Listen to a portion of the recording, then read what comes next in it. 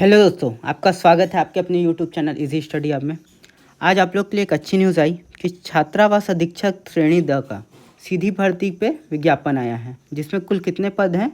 300 पद हैं।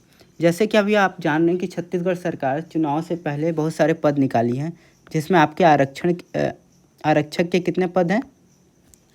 आरक्षक के आपके लगभग 6000 पद हैं। ठीक है। हॉस्टल वार्डन के आज जो निकाला है उसमें कितने पद हो गए हैं? 300 पद हो गए। ठीक है। उसके बाद मंडी सचिव वाले कितने पद हैं? 30 पद आए हैं। ठीक। कृषि विभाग में भी आए हैं आपके 113 पद। ठीक। तो ये इतने सारे अभी पद निकाले गए हैं, और भी पद निकाले गए हैं जिसमें क्या बोलते हैं प्रयोगशाला वाले हैं, जो लगभग कितने हैं? 260 हैं। ठीक है। तो इतनी सारी वैकेंसियां अभी अभी निकली हैं, तो इसलिए आप लोग तैयारी करना चालू कर दीजिए इसका। देखिए, इसमें लिखाया हुआ है कि जो परीक्षा की जो अर्हता है, आयु सीमाएं, निर्देश, परीक्षा योजना, चयन प्रक्रिया, पाठ्यक्रम, समय एवं केंद्र, पदों का आरक्षण एवं अन्य महत्वपूर्ण निर्देश किस साइट पर दिखाई देगा? सीजी व्यापम के साइट पे। मतलब जो पहले आ रहा था कि सीजी पीएससी इसका पेपर लेगा, इस पर अब क्या दिया है कि सीजी व्यापम ही इसका पेपर लेगा। ठीक है। तो ये आप लोग का एकदम क्लियर हो गया कि कौन पेपर लेगा। तो इसका अभी सिलेबस देखते हैं।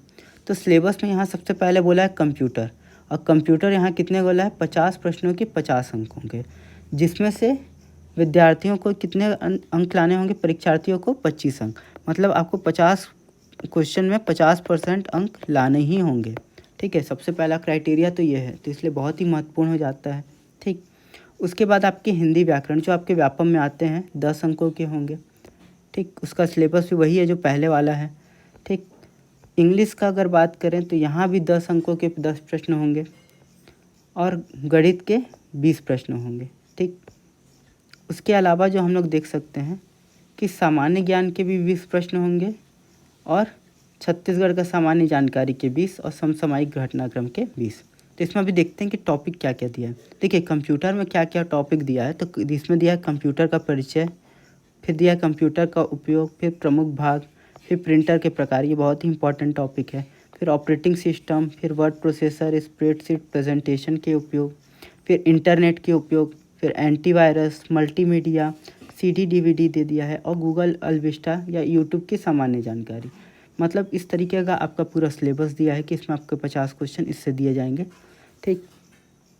इसी प्रकार हिंदी का जो सिलेबस है जो पहले की तरह है, स्वर व्यंजन और वर्तनी, लिंग, वचन, काल, संज्ञा, सर्वनाम, विशेषण, क्रिया का व्यवहारिक प्रयोग, मतलब आपके विकारी जो हैं उनको लिया है, समास, संधि, व्याकरणिक अशुद्धियाँ, शब्द रचना में उपसर्ग प्रत्यय लिया है, फिर शब्द के प्रकार में क्या लिया? तत्सम, तद्भव, देशज, विदेशज, फिर पर्यायवाची, विलोम, अनेकार्थी, ये सब भी लिया है, और मुहावरे और लोकोक्ति को लिया है। ठीक। जो कि आपका पुराना सिलेबस है, कि मतलब जो 10 नंबर का हिंदी का जो हमेशा का रहा है वही सिलेबस दिया, कुछ अलग चेंज नहीं किया है। जैसे अभी आप देख रहे होंगे क्या बोलते हैं, एपेक्स बैंक वाले एग्ज़ाम में आपको अलंकार और रस को भी शामिल किया है। ठीक है। तो लेकिन इसमें जो है अलंकार और रस नहीं है। ठीक। इंग्लिश का बात करें तो क्या दिया है? इंग्लिश को 3 यूनिट में बांटा है। ठीक है। तो यहाँ दिया है number, gender, article, pronoun, adjective, verb, use of some important conjunction and preposition. ठीक है। जहाँ तक इसमें देखा जाए तो इसमें 4 से 5 क्वेश्चन आते हैं इस पार्ट से। फिर सेकंड है एक्टिव वॉइस, पैसिव वॉइस का है, और इनडायरेक्ट नरेशन, तो इससे भी 2 से 3 क्वेश्चन आते हैं, और वोकेबलरी से ज़्यादातर 2 या 3 क्वेश्चन ही आते हैं। तो synonyms, antonyms, one word substitution और स्पेलिंग दिया है। उसी तरीके से गणित का सिलेबस जो है वो भी कितने भाग में आपको बांट दिया है? 4 भाग में।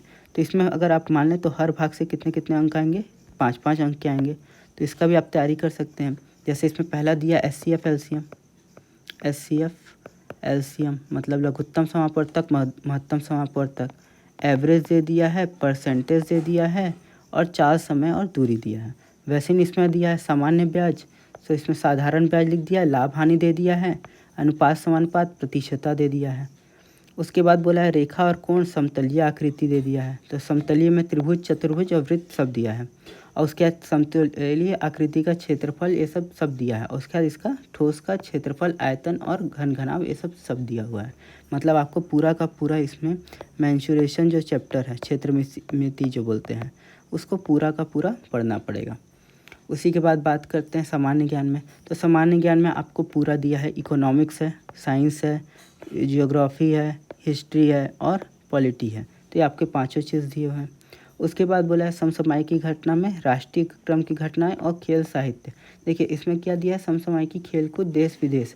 तो देश विदेश इसी में आपके छत्तीसगढ़ के भी दे देगा। इसमें 20 क्वेश्चन जरूर लिखा, पर इसमें छत्तीसगढ़ के भी होंगे। और उसके बाद देखिए यहाँ छत्तीसगढ़ के सामान्य जानकारी में क्या बोला, छत्तीसगढ़ के इतिहास की सामान्य जानकारी, संक्षिप्त राजनीतिक घटनाक्रम, महत्वपूर्ण व्यक्तित्व। लेकिन आप ये मान के चलिएगा पूरा का पूरा छत्तीसगढ़ देगा, केवल इतना से संपर्क नहीं रहेगा। और इसमें जो है छत्तीसगढ़ और इंडिया लेवल दोनों का आपका समसामयिकी रहेगा। ठीक है, तो इतना ही था इसके लिए। अब आशा करता हूँ कि आप लोग इसका तैयारी करने लगे होंगे। ठीक है, तो थैंक यू दोस्तों।